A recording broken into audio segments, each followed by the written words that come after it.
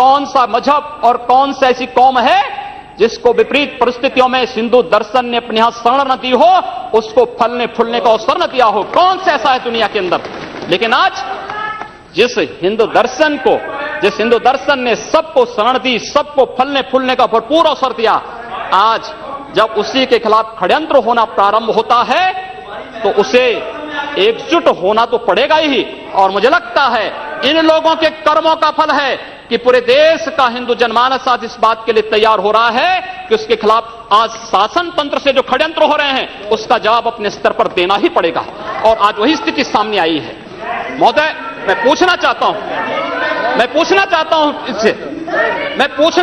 इन लोगों से, जब भारत का मुसलमान हज यात्रा करने के लिए जाता है, महोदय, जब हज यात्रा करने के लिए जाता है, उसकी पहचान तब भारतीय के नाम पर नहीं, पाकिस्तानी के नाम पर नहीं, बांग्लादेशी नाम पर नहीं, भारतीय उपमहाद्वीप का जो भी मुसलमान हज यात्रा करने के लिए जाता है उसकी पहचान हिंदू नाम पर होती है, उसकी पहचान भारतीय, पाकिस्तान या बांग्लादेश के नाम पर नहीं। लेकिन अगर उसी हिंदू पहचान को हम इनके ऊपर यहां पर लागू करने का प्रयास करते हैं, इनको बुरा लगता है।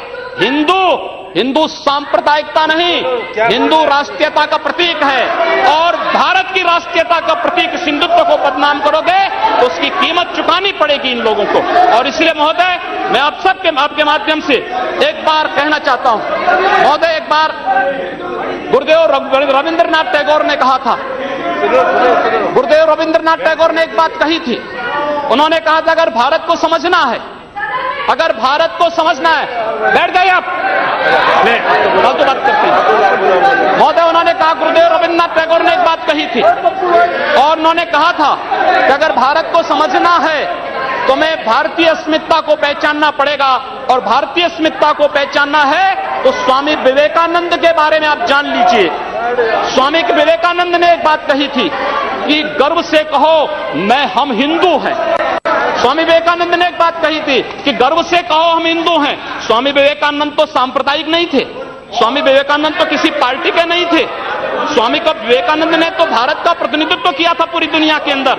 और दुनिया के अंदर जो हिंदू आज पूरे देश के अंदर, पूरी दुनिया के अंदर अपनी सहिष्णुता के लिए पहचाना जाता था, आज उस हिंदू के साथ किस प्रकार का व्यवहार किया जा रहा है, वह कश्मीर से विस्थापित होता है, उसे कश्मीर से निकाला जाता है।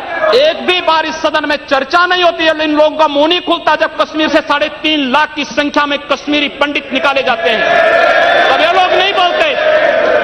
पिछले 2012 में असम के अंदर 3 महीनों तक बोडो जनजाति के लोगों को मारा जाता रहा, कोई नहीं बोला। महोदय,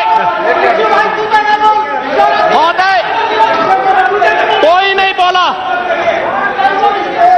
जम्मू कश्मीर के बाद जम्मू कश्मीर के हिंदुओं के मारने पर कश्मीरी पंडितों को उनके घरों से बेदखल कर दिया गया, एक भी बार ये लोग बोले नहीं, इनको पीड़ा नहीं हुई। दुनिया के अंदर ये अपने आप में बिरला उदाहरण था जहां पर अपने ही देश में अपने ही जानने वाले लोग विस्थापित होकर के खाना बदोश की जिंदगी जी रहे हैं। उस शर्मनाक घटना की निंदा एक भी बार इन लोगों ने नहीं की। मुंबई के दंगों पर ये लोग मौन रहे। जमशेदपुर और भागलपुर के दंगे कांग्रेस के समय हुए थे, एक भी बार इन लोगों ने उस पर चिंता व्यक्त नहीं की।